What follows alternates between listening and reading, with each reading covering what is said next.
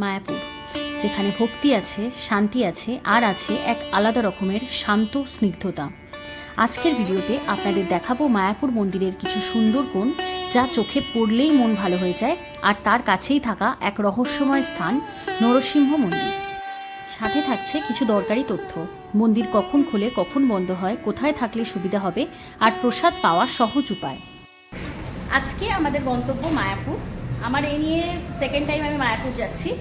আগের বার মায়াপুর যখন গেছিলাম আমি ট্রেনে করে গেছিলাম, তো এইবার আমরা ডিরেক্ট কলকাতা থেকে গাড়ি বুক করে নিয়েছি। মোটামুটি 4 থেকে 4.5 ঘন্টা লাগবে। থেকে গাড়ি ছেড়েছে 7:30 নাগাদ। এখন আমরা এসে দাঁড়িয়েছি মৌচাকে। এই হলো মৌচাক, আমাদের চা চলে এসছে। কেমন করেছে এমনি টেস্ট? আমরা নিয়েছি রুটি আর তরকারি। আমরা এখন নেমে পড়েছি শঙ্কর মিষ্টান্ন প্রতিষ্ঠানে। এতটা তো একসাথে জার্নি করা, তাই মাঝে মধ্যে একটু ব্রেক নিলে রিফ্রেশিং লাগে।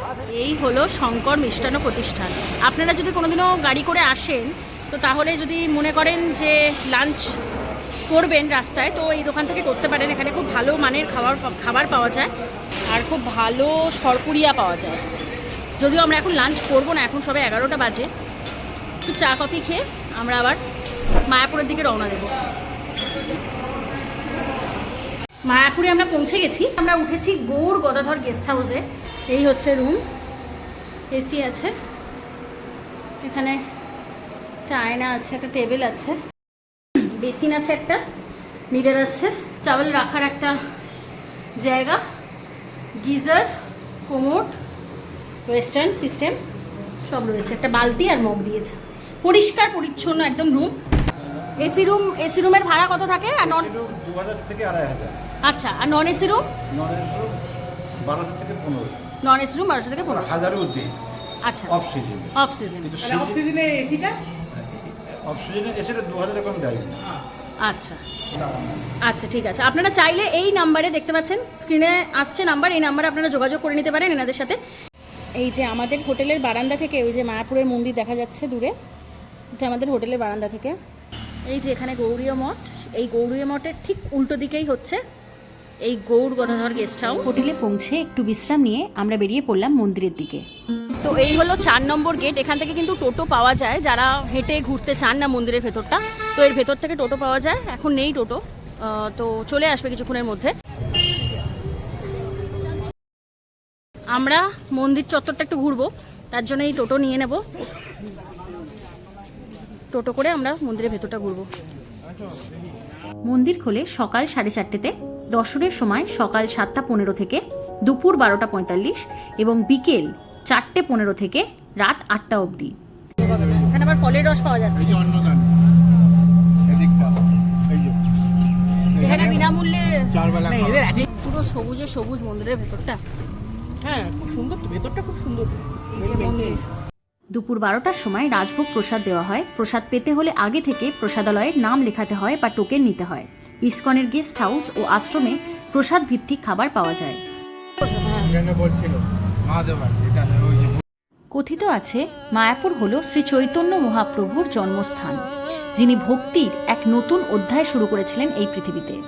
1500 শতকে তার নেতৃত্বে শুরু হয় গৌড়ীয় বৈষ্ণব ধর্মের জাগরণ, যেখানে ভগবান কৃষ্ণের নাম সংকীর্তন ছিল মূল মন্ত্র।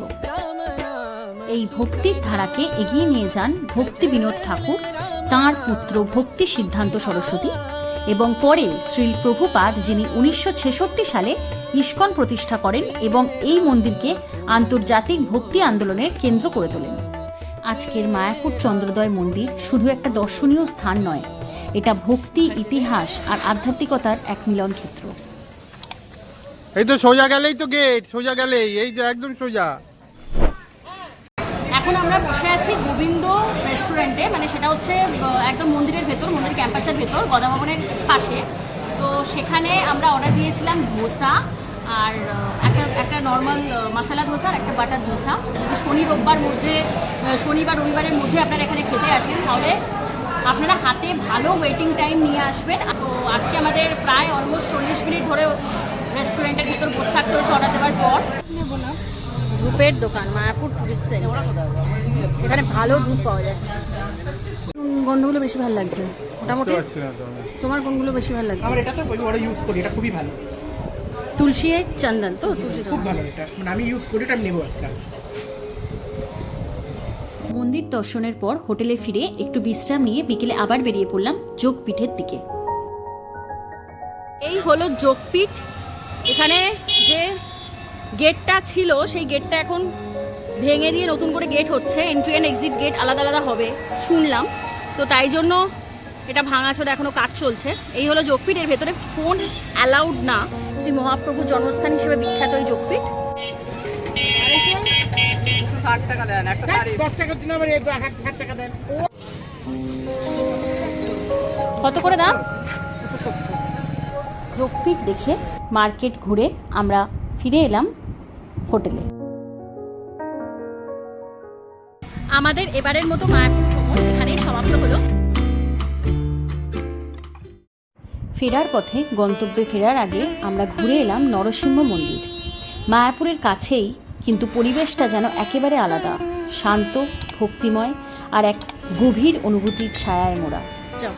ঝিরিঝিরি বৃষ্টি পড়ছে, তো আমরা ফেরার পথে দেখে নিচ্ছি এখন নৃসিংহদেবের মন্দির, খুব জাগ্রত মন্দির। তো এইখানটা একটা জলাশয় মতো রয়েছে, এই যে এই জলাশয়টা দেখতে পাচ্ছেন, এখানটা এই জলাশয়টা রয়েছে। এই জলাশয়ে বলা হয় নৃসিংহদেব হাত ধুয়েছিলেন। আর এই জায়গাটা খুব খুব বিখ্যাত মন্দির, অনেকে মানত করে যায়, সবাই খুব মান্যতা দেয় এই জায়গাকে। যেহেতু গাড়ি করে ফিরছি আমরা চলেই এলাম, মানে মায়াপুর থেকে 1 ঘন্টার ডিস্টেন্স। 1 ঘন্টা না, সরি, মায়াপুর থেকে আপনাদের 20 মিনিট মতো লাগবে এখানে পৌঁছতে।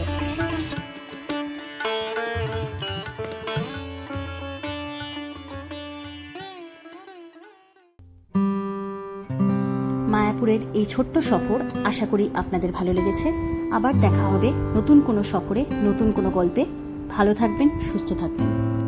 আমাদের ভিডিও ভালো লাগলে অবশ্যই ভিডিওকে লাইক করে দেবেন, আর আমাদের চ্যানেলে নতুন হলে চ্যানেলকে সাবস্ক্রাইব করে দেবেন। দেখা হচ্ছে পরের ভিডিওতে।